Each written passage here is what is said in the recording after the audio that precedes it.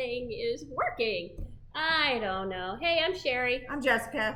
And we are back for Let's Talk About It, episode 2. Yay. Gosh, where do we begin? It's like there's just been so much happening, one thing after another when it comes to the issue of sex trafficking. Yes, and grooming. Yeah, and it's just blowing my mind. At the same time, I have to say I'm not surprised. No, I'm a little more naive than her, but I mean, I'm learning. So last time we talked about the Diddy trial and the craziness on how that played out. So you can go back and watch our episode 1 if you want. And we're not professional podcasters. We're with Pearl at the Mailbox, and I'm a human trafficking survivor, and Jessica is my right-hand person, and we work on grooming and trafficking prevention. So we want to stop any potential exploitation before it gets to trafficking, because once a child is in trafficking, it now is really, really hard to get them out. So and that's men, women, boys, girls, all ages. It doesn't discriminate. I say it all the time when I do my Facebook lives. It does not discriminate. It doesn't care, young, old, little, boy, girl, man, woman. It's horrible. So parents don't have this false sense of security. That your kids are safe because they're not. 2 parents in the home, or they go to a private school. Because I share over and over that I was groomed by my high school boyfriend's father, and I lived at home for 3 of those years that I was actually being trafficked, and my parents didn't know. So that's one of the reasons I speak up. But today, I think we're going to do just a little bit of a kind of comment on what we think about all this Epstein stuff. Where's that missing minute? That's what I'd like to know. That's true. Yeah, true. They think we're stupid. We're not stupid. No. We can count. We can watch the clock, and And then who's the lady that? Ghislaine Maxwell. No. The lady who said her first statement was she said there is a list, and now she came back. Oh, Pam Bondi. Bondi. Yeah, Attorney General. Cough it up. Cough up the list. I'm at home, so my dogs are gonna bark, and I'm sorry, but we just don't have anywhere else that we can do this. They're loud, but they're cute. They are loud, and they're very opinionated, and hopefully they'll stay quiet. But yeah, I did find it really, really frustrating that there was this continuous buildup. Oh, we have information. We're gonna publish the list, and they flat out said Bondi said. She had the list on her desk, and people saw it, which is crazy. People saw it, and now she's saying, so what has happened? This is all that micro manipulation behind the scenes. Like, she literally on she said one thing. So is she wrong? No. Or are they trying to protect someone? I don't know. But I can tell you as a survivor, especially my last trafficker, he had a client list. He did, because whenever a new girl would come into the stable, he would reach out to them and say, hey, we've got this new girl. So they do have lists. Now, what happened to his list, I don't know. Also, I'm wondering, blackmail. He had to have blackmail on these people that he trafficked these kids to. Well, Diddy does. People that were involved said that that's how he kept control over everybody. And even if they didn't use his girls or come to these freak offs or whatever, that's how you have to wonder how Diddy's not that good of a singer. He's not that good of a producer, but he was able to make money. But I believe that he made a lot of his fortune is made from blackmailing all of these celebrities. Once they dipped their toe in the water, he was like, hey. That's a very big possibility. Blackmail is a big thing. Well, I mean, that's how they got you. Yeah, that's how they kept me quiet. Yeah. Because what was happening to me was always being recorded, and so the repercussions of my family finding out what was happening to me was enough because of the fear factor to not say anything. The fear of harm to my family, the fear of harm to myself. I'm so sorry. And but I share that for reality purposes, so people understand how this whole thing plays out, from recruiting to selecting a victim to grooming that victim and then finally selling them. It's a whole process. Sorry. But yeah, that's Chippy, and he has a lot to say. Today it's like everything. Menagerie of sound, sorry. Sorry. No, but it, like, whenever you talk to me about, you know, different experiences and things that how they controlled you, it just, it goes back to, like, well, you know, you were talking about Casey. They were talking about the messages she sent to Diddy, and Sheri, Cassie, sorry.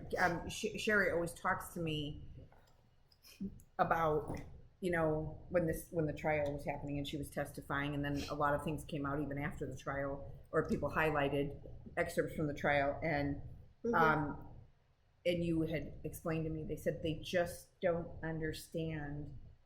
They build up all this arsenal of blackmail against you, and you have to do whatever they. I mean, I was never trafficked. I'm a sexual assault survivor, but I was never trafficked, and my experience was just, I wasn't groomed. It was just a threat right from the get-go. But the things that you've explained to me, like, I'm gonna kill your dog, I'm gonna make sure your parents lose their job, and you have to wonder the level of those were all the threats things that poor girl, that poor girl. Can you imagine the things she testified to in court, and to know that girl was so brave, to know that they have all of those horrible things that you had to testify about, and then on top of it, you know that that footage is still out there. They taped everything they did. He taped everything he did to her.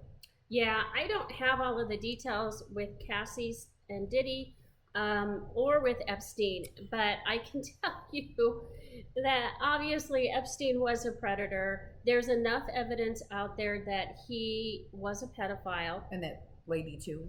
And but her charge is only trafficking children to Epstein. She should never get out, but she will. It's disgusting. But there's other people that are involved, and that's what's missing. It's like they go after one person. Okay, let's just say, example, Epstein, you're the one person that we're going after because you orchestrated this whole operation. Yet there are other people in the background that are much involved in these organizations, but they focus on one person to try and take down, and then it's really, really hard to prove those cases. And now that everything has disappeared, or supposedly wasn't there to begin, I wasn't surprised about that. I was like, we're never going to see the list. I think there's, my opinion is, there's way too many influential people involved in that whole thing.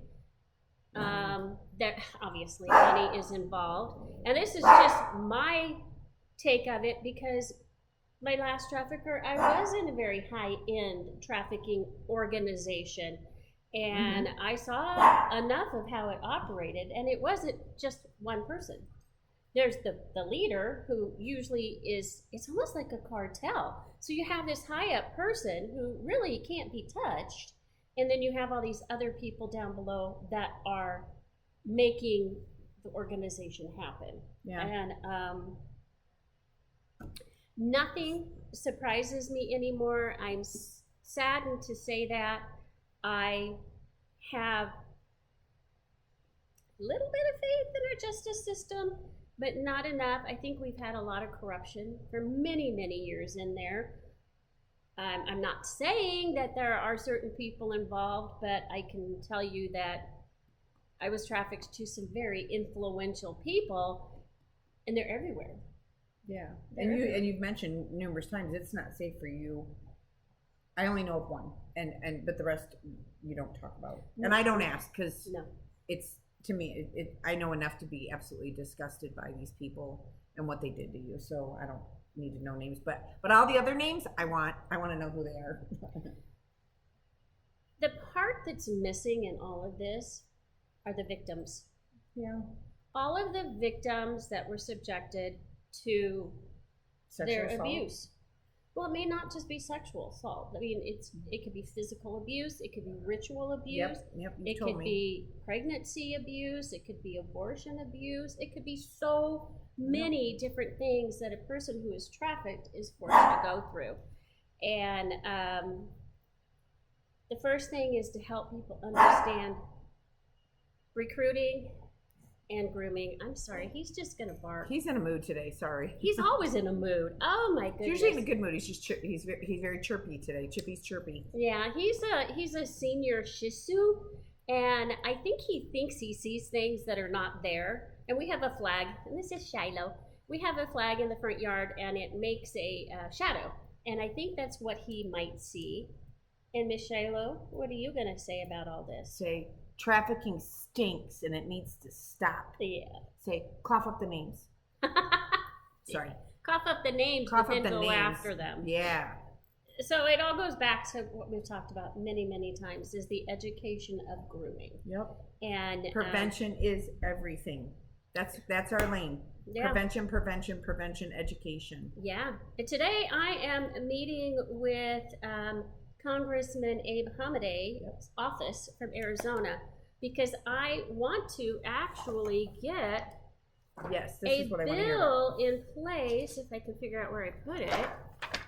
Here we go. I put my glasses on. That's what I'm for. I found it. We work really well together. Is to get a actual defined term federally of what grooming and exploitation are. So I don't want to share too much about it right now because I don't know if it's going to go anywhere. We tried to get that definition defined here in Arizona, and it went nowhere. What was it? It has to be constitutionally sound, the wordage or whatever you were saying. The wordage, but people didn't like the word grooming. So let me share with you. The word grooming actually originated in the 1980s by an FBI agent who saw how children were being manipulated mentally and emotionally prior to sexual abuse. Yep. And he coined that phrase, grooming. That's grooming. However, over the last couple of years, that term has been hijacked to say anything that has to do with you don't like what's happening to kids. Oh, they're being groomed. Oh, they're being groomed. Books in libraries, I understand their explicit content. Mm-hmm. And that can be exploitation in a different way. But that's, in my opinion, not grooming. It's indoctrination and desensitization to that sexual content, which of course can be part of grooming, but usually there's a single person that's working that process of grooming. Yep. So that's what becomes a problem, is trying to define, okay, what situation is grooming and what isn't. So if we have a federal bill that says, oh, this is what grooming is. Yep, yeah, a solid cemented definition. Yeah, and then it'll help the states define it. Because in Arizona, nobody could agree on, our legislators could not agree on that term. Yep, we sat through many, many committees, yeah. And it came out, they labeled it as child enticement, which... Not accurate. No, not really, not really. But everything gets lumped into one. So you have these pedophiles that go after kids, and they do that in schools or sports settings or other things like that. That's different than a trafficker who sells the individual, whether it's a child or an adult, for a monetary payoff, whether it be money or housing or drugs, something. They're getting something of value. Monetary, Yeah, so that's different. Oh, here's our Mr. Noisy man. That's Chippy. He makes a lot of noise, but it's because he's mad about it too. So yeah, he is. He's mad about it. So, so maybe that explains a little bit about it. I don't know. We'll see if anything changes. I read an article this morning that they were kind of walking back this Epstein thing, and I'm not quite sure who they are, but I read that it said, oh, no, we still have stuff we're going through. Yeah, I think this is just me personally. I think the deeper and deeper they get into the list, everybody knows somebody on that list. Like, oh, hey, that's my neighbor. Hey, that's like, you have to wonder, like this list has got to be quite substantial. Sure. Because there's a lot of depravity out there. There's a lot of just abuse, and you have to wonder, like, all these people that are, you have to wonder, like, they must look at this list and go, oh my gosh, like, that's my neighbor, that's my coworker, oh, that's so and so, and I know him and I work with him, or that's someone in a place of power, which is usually the case, because people in power have money, and they know that they can have people cover their back. But we as we're citizens, just all saying this hypothetically. We're not calling anyone out. No.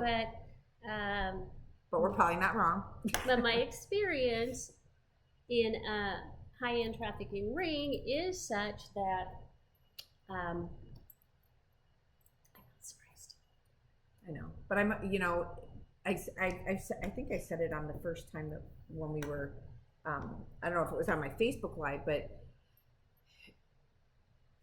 people in office, we have to remember as citizens, as voters, the people in office work for us, and they work for us, and the squeaky, this is Kaiser. The squeaky wheel gets the grease. Right. So you have to remember that. But they might have money, but we have power because they work for us. People in office represent us, work for us, and they might not want to admit it or talk about it, but they do have to answer to us. So if you read up on this and you make yourself aware of what's going on, collectively our voices need to be heard. And if you want to help, if you can't donate to Pearl at the Mailbox, totally understand. Please do donate if you can. Yes, if you can. Because we do work on legislation, because we're trying to change all of this. We are. And sometimes it's an uphill battle, and then it becomes a big disappointment and a setback when these things can come out. But it actually just fuels us more to get out there and push harder, find the people in office that are our allies. Okay, so what do you think? Oh, thank you. But change. Reach out to your representatives, your senators, your representatives, your congressmen. Tell them, look up this information. Let them know that you are knowledgeable about what's going on, and that they need to answer to you, and that you want your voice heard. Because whether you have a child, or you have grandchildren, or you have nieces, nephews, neighbors, people at your church, we collectively have got to protect children, men, women, children, boys, and girls. This is a huge problem. It's what motivates us every day to get up and do what we do. Perpetrator, it's just awful. And so please start getting involved. On a lot of things. This is not new. Perpetrators have always been out there, pedophiles, those that want to sell others and make money off of them. This is not new, but again, the victims get lost in all of this. They are so traumatized, so when they get rescued, that they're afraid to talk, they're afraid to share. The police are not their friends, that's how they view it, and they just want to get out and get away. And so it's very hard to prosecute these cases. Yeah. We want to make it a little easier for other survivors to be able to prosecute these cases. And make it really hard for when people get arrested, they get put away for longer than an afternoon. Right. Yeah. That's on our list this year. Actually, it's been on our list for a couple of years, going after buyers in Arizona, especially. They are out on bond before the paperwork is even finished. We've talked to officials. Think about that. Yeah. Think about that. The person that arrests them is still filling out all the detailed paperwork, and they're already at home with their families, acting as if nothing happened. And a lot of the girls who they have bought have tougher charges than the person that bought them. Yeah. These girls get prostitution convictions, and they're being trafficked. They don't have they don't get to say yes or no. They have been sold the buyer's home already back to their normal life, as if they've not done anything wrong, and they have done something terribly wrong. Mm-hmm. They bought another human, and the people, the victims, are in jail and the guy that tried to buy them or did buy them is home. Yeah, This is the stuff that just is infuriating to me, and we've got to get these laws changed, and we need you to be educated and reach out to your representatives and tell like that they work for us, and we need them to vote and get these bills passed where there are tougher penalties. We keep working on the tougher penalties. So on our website, Pearl at the Mailbox, it's at@themailbox.org. Yes, there is tons of information on what grooming really is, how trafficking occurs. There's just a lot of information, and we do post on there bills that we are either sponsoring or supporting or we've drafted. Yep. And we're already gearing up for the 26th legislative session. We're coming. Not just in Arizona, but across the nation. We need to get more laws in place. We were successful this last session in getting a bill passed that now if anybody is charged with trafficking somebody under the age of 14, life in prison without parole. Yep. Of course, that is subject to the judge's discretion, but we would like to have that in all states. So if you are a representative in another state listening to this, send us an email. You can find the email right on our website because we would love to work with you. Yep, we've pulled all 50 states. We've done research on all 50 states. What the trafficking laws are, what the penalties are, who voted, how they voted on those bills, if they're still not. Like we've done the deep dive on all 50 states, and we're still doing research, and now we're doing statutes of limitations, everything. We're not going away. I would say, I love my job, but I can't wait for the day when I'm not needed in this job, because that will mean that the laws are in place, and if people break them, they go away for good. Yeah, and also the prevention side. It's amazing how many states really don't have much in the way of prevention, and very few of them have actual grooming and trafficking education in their schools. Yeah, and this is the crazy thing.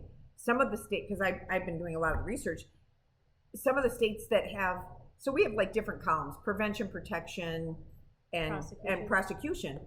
So I look at all these columns and I was like, prevention. Okay, so they have education, but nothing in place. Once you've educated people on what it is and what's going on, nothing in place. There is no avenue there's no task force. There's nothing. There's nothing in place. So you're educating people about it and then have no other prevention in place. I was trying to see if I could find So you've educated everybody, and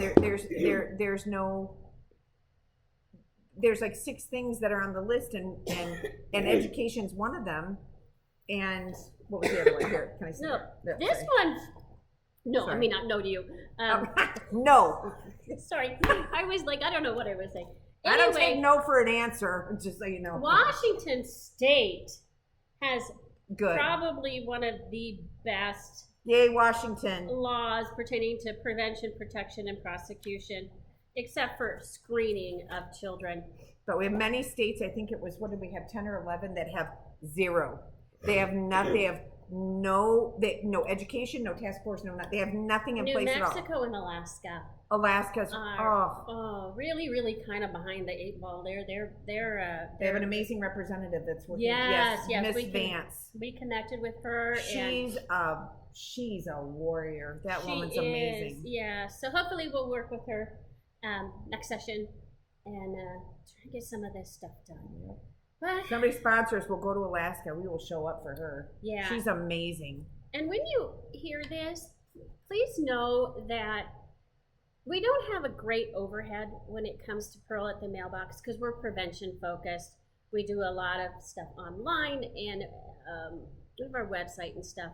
But it's the travel that gets really expensive. And we don't travel for fun. We travel with because it's not fun a lot of times. It's a lot of work. It's a lot of work. We travel with purpose, meaning we're going back to DC in September, and we go to what's called a Senate roundtable. So there's many senators and some House members that are there, and it's a big room where we get updated It's amazing. We get updated on the legislation that we are currently supporting, new legislation that they're drafting, and we get the opportunity, hopefully, if they're not bombarded, one-on-one time with that individual. And that usually lasts about 2 hours in the morning. And then in the afternoon, we're going to try and schedule individual meetings with the senators and the House members that are working on legislation that we support and push. Because you think about, they have so much legislation, like piles and piles of it. And if we don't continue to keep our message, our bills, we don't want to get lost in front of them, it's just going to disappear. And so we have to continuously make our presence. We have to continuously remind them that we're not going to go away. We have to continuously say, you need to protect our kids. You need to protect our survivors. You need these better laws in place. You need to define what grooming is, because all of this is done to protect America's kids. And make no mistake, it is an epidemic, and it will. And if we do not get this under control and toughen up the laws, get tougher punishments, it at some point it will touch your life. Make no mistake, it's going to touch you in some way, shape, or form. So be part of the solution before it touches you on a personal level. It has touched her, it has touched me. You know, I've reached out to people in the community, and it's amazing. I went to 2 different businesses in town, and both of the people I spoke to had family members that had been trafficked.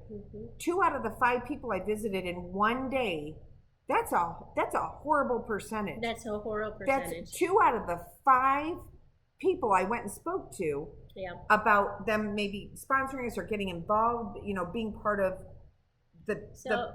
bottom line is, because we're almost out of time, we need sponsors. We need people to come alongside us that believe in our mission and want to fight and help us get to where we need to go to not only represent you, but represent all of our kids. And so we need to raise $2,500 so we can get back to DC in September 17th. And then that's what we need the financial support for, because we have to go places to make this stuff happen. It's for you not to testify. Free. Yeah, I testified before many judiciary committees. I've testified on Capitol Hill. I testified in Arizona. And she has helped get 3 major bills passed that were incredible. You helped with Prop 313, the vacator law, the Ted Cruz Take It Down Act. Like when we show up and she testifies, it has made changes happen. That's what we need. But we do need your help. We really need your help. Survivors are speaking up. We just founded the Arizona Human Trafficking Survivors Coalition so that we can group numbers together and have more voices and say, no, this is not acceptable anymore. You people don't have the right to access our kids for sexual means. No. And we're going to stop it. And we take what we lived through to make change. Yes, what you lived through, yes. We are making change. So anyway, please reach out to us, Pearl, at the mailbox.org and get educated. She updates the site every single day. There's amazing information. On Facebook, there's a lot. You can find us on Facebook, Instagram, X, and LinkedIn. Pearl at the mailbox. So we do our very best. Sheri does her very best to make sure that there's anything you could need to know about trafficking and what's going on in legislation, grooming, prevention. But just get on there and be proactive. Be part of the solution. I say it all the time. Please be part of the solution. We have got to find a solution to this, and we're never going to give up. I said it yesterday. I did Facebook Live, and I was like, "We're in it for the fight, and the gloves are off. We have the gloves off. We're gonna get it." Well, I'll keep going. I survived for a reason, because I was trafficked for 7 years, sold 6,000 times. It took a long time. We're talking 25 years, maybe a little bit longer, to be able to navigate through all of that and then finally find my voice. And now I don't have fear. People can tell me, no, I'll just go find somebody else. We fear for the people that haven't been rescued. That's what we fear for. And we fear for the kids who are yet to be succumbed to a groomer. So anyway, you all have a good day. Have a great day. Thanks for watching. See you next week. Bye. Bye.